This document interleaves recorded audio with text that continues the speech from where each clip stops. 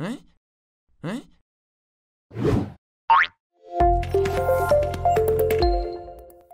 teman-teman, kembali lagi dengan Kanita di pelajaran sejarah peminatan yang tentunya hanya di kelas EduOn. Belajar sejarah bareng Kanita pasti seru dan menyenangkan.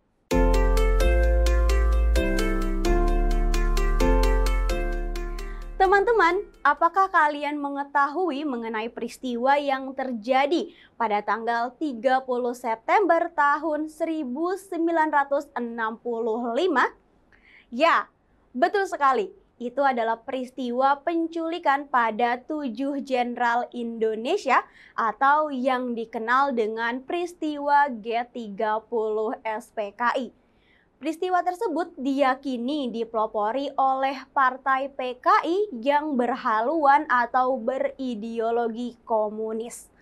Oke, sekarang kakak mau tanya ya sama teman-teman.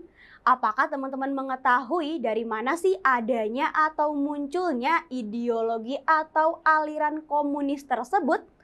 Lalu apa sih teman-teman penyebabnya atau yang menyebabkan adanya ideologi komunis tersebut?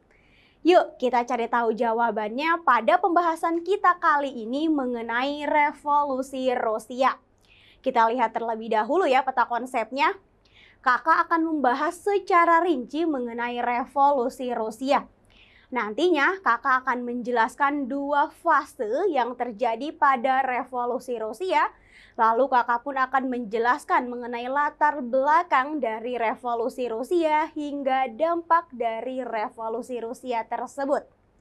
Oke teman-teman, daripada penasaran mengenai revolusi Rusia, yuk langsung saja ya kita bahas materinya. Oke teman-teman, kita mulai ya pembahasannya revolusi Rusia.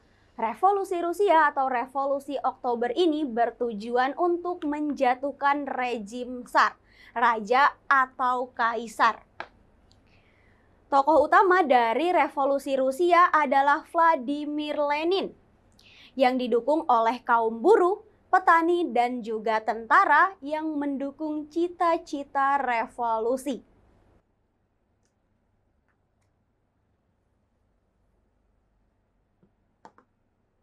Oh ya teman-teman, revolusi Rusia ini terjadi di dalam dua fase. Kira-kira bagaimana ya fase-fase tersebut? Yuk kita bahas ya. Oke, kita bahas pertama mulai fase pertama. Fase pertama terjadi pada bulan Februari tahun 1917. Pada fase pertama ini, Tsar Nicholas II berhasil digulingkan dan digantikan dengan pemerintahan transisi. Masih ingat kan yang dimaksud dengan pemerintahan transisi itu apa? Ya, betul sekali. Pemerintahan transisi adalah pemerintahan sementara. Nah, teman-teman, pemerintahan sementara yang menggantikan Tsar Nicholas II adalah berhaluan moderat dan juga liberal. Pada fase pertama juga mengakhiri kekuasaan dari dinasti Romanov.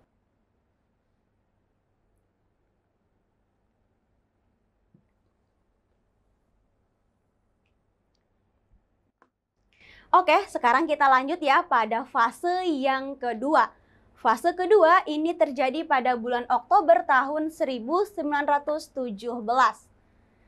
Pada fase kedua ini digerakkan oleh kaum komunis, di mana kaum komunis ini berhasil menggulingkan pemerintahan sementara yang berhaluan moderat dan liberal tersebut, teman-teman.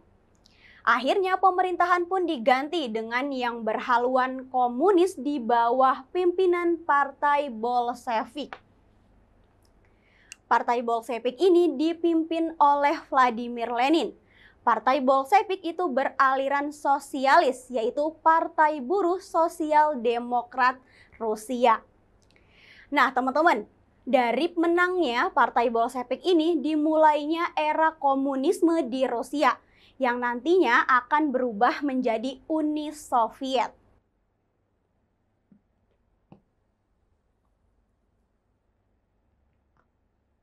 Oke, sekarang kakak akan lanjut ya pada materi berikutnya.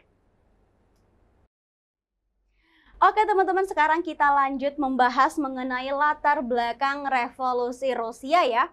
Latar belakang dari revolusi Rusia itu sebenarnya cukup kompleks, namun bermuara pada satu kesimpulan utama, yaitu kemunduran Rusia dalam segala bidang serta adanya keyakinan pada sebuah ideologi baru, yaitu ideologi komunisme yang mereka yakini bisa untuk membangkitkan Rusia dari keterpurukan.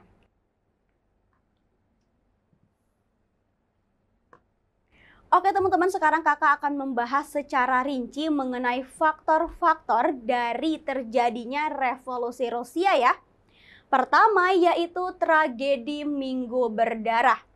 Diawali oleh aksi para buruh dan keluarganya yang mogok dan longmat ke istana.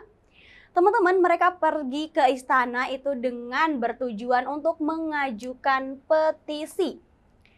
Petisi tersebut itu berisi untuk meminta keadilan dan perlindungan dari kaisar atas perlakuan yang semena-mena yang mereka alami di tempat kerja. Mereka diperlakukan tidak lebih seperti seorang budak. Namun teman-teman, ketika mereka pergi ke istana, mereka ditembaki oleh aparat keamanan yang menyebabkan sekitar 1.000 orang tewas.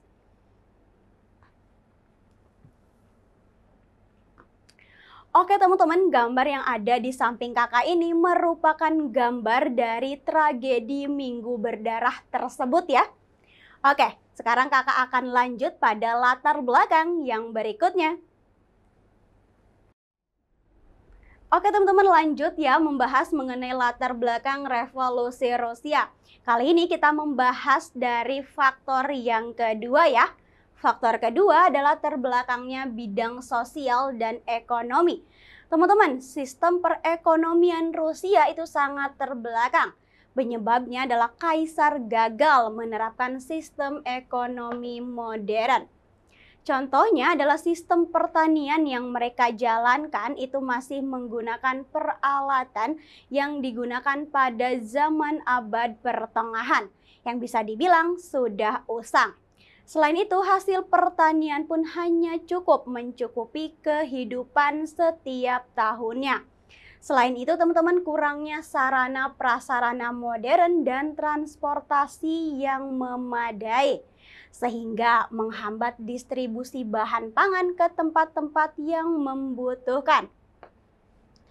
Akibatnya, para buruh dan petani kehilangan kesempatan untuk memperoleh kehidupan yang lebih baik.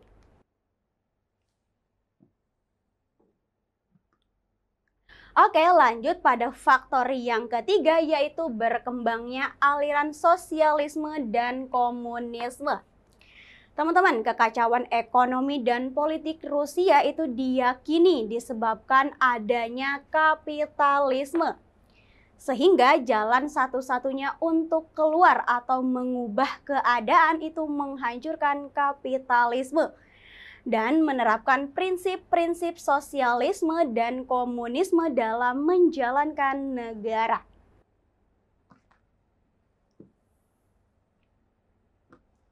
Oke, kita lanjut pada faktor yang keempat, yaitu kekacauan ekonomi pasca Perang Dunia I. Teman-teman, perlu diketahui, walaupun perang sudah selesai, sebenarnya tidak ada satupun negara yang memenangkan perang tersebut. Karena pastinya semua negara itu menanggung beban akibat perang tersebut. Salah satunya adalah Rusia. Akibat perang, rakyat Rusia itu menderita kelaparan dan lahan pertanian pun terbengkalai. Penyebabnya adalah banyak rakyat Rusia yang produktif ikut berperang. Selain itu, kelangkaan bahan bakar pun terjadi di mana-mana, sehingga listrik pun terganggu.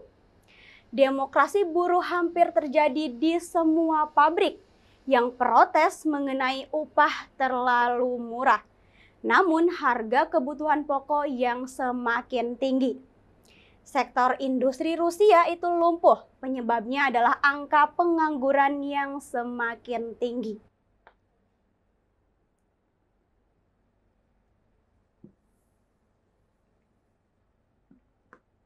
Teman-teman, kita lanjut yuk pada faktor yang berikutnya.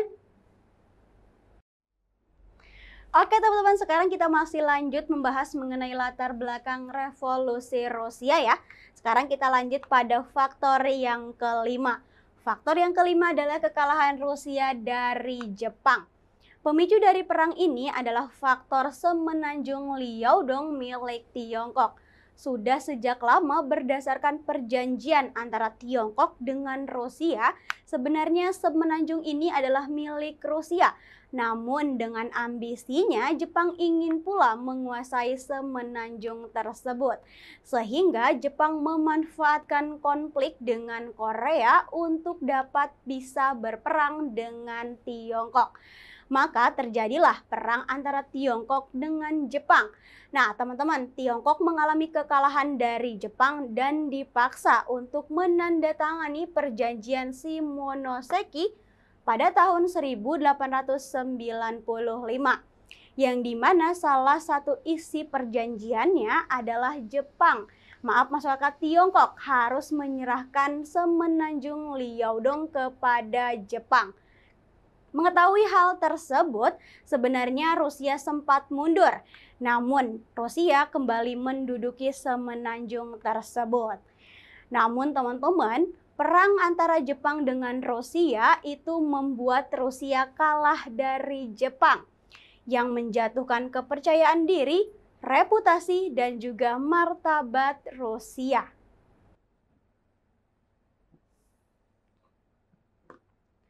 Oke, kita lanjut pada faktor yang keenam adalah feodalisme.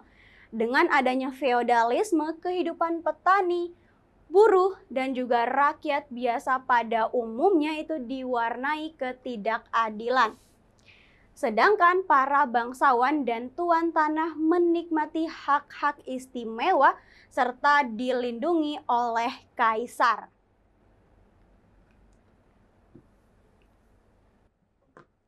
Oke, faktor yang ketujuh adalah sikap konservatif dan otoriter Nicholas II, yang dimana ia menganggap bahwa kekuasaan raja itu berasal dari Tuhan. Dan bila mana melanggar perintah raja, maka berarti juga melanggar perintah Tuhan. Faktor yang kedelapan adalah munculnya tokoh-tokoh terpelajar. Teman-teman, kaum intelektual Rusia telah mempromosikan ide-ide pencerahan seperti martabat individu, demokrasi, dan juga hak atas keterwakilan.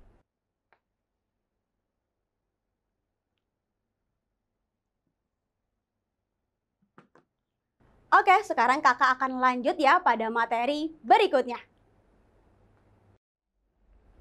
Oke teman-teman, kita mulai lagi ya pembahasannya mengenai pengaruh revolusi Rusia. Kira-kira apa ya teman-teman pengaruh dari adanya revolusi Rusia? Yuk kita bahas ya. Pertama yaitu menambah ideologi baru di dunia. Ideologi apakah itu? Ya, betul sekali, ideologi komunis. Teman-teman, Vladimir Lenin adalah orang yang mempraktikkan ajaran Karl Marx di kehidupan nyata. Sehingga ajarannya disebut sebagai komunis yang berasal dari kata komunal atau bersama. Ideologi komunis ini berdampak cukup signifikan dan mempengaruhi gerakan nasionalisme di dunia.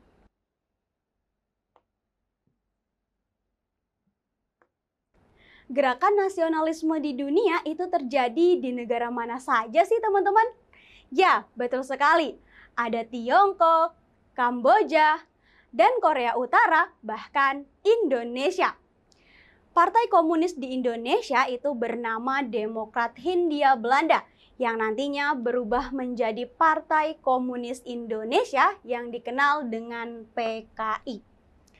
Teman-teman, revolusi Rusia ini membangkitkan keyakinan dan semangat pemimpin partai bahwa kaum buruh dan petani bersatu untuk meruntuhkan kapitalis dan imperialis Belanda. Partai ini berkembang cukup pesat yang dimana nanti menjadi sebuah partai yang dilarang karena keterlibatannya dalam gerakan 30 September tahun 1965.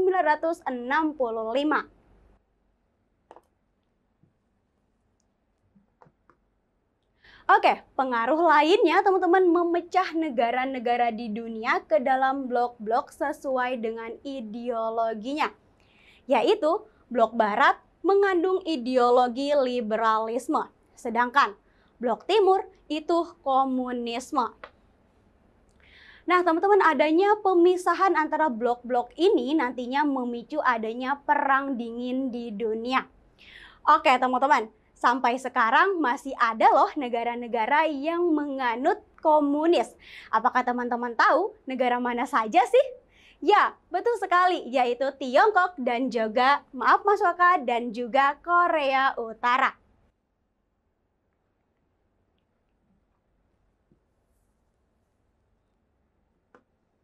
Oke teman-teman, sekarang kakak akan menarik kesimpulan pada pembahasan kita kali ini.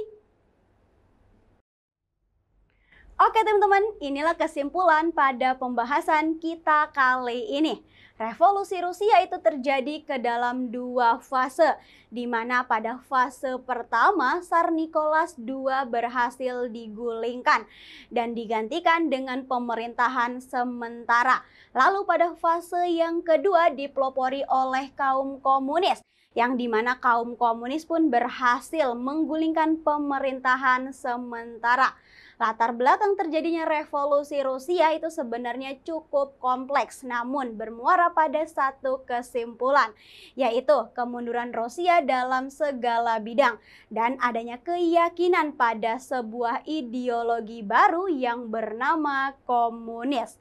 Komunis itu dipimpin oleh Partai Bolshevik. Teman-teman, kemenangan dari Partai Bolshevik itu menandai era komunisme di Rusia yang nantinya disebut sebagai Uni Soviet.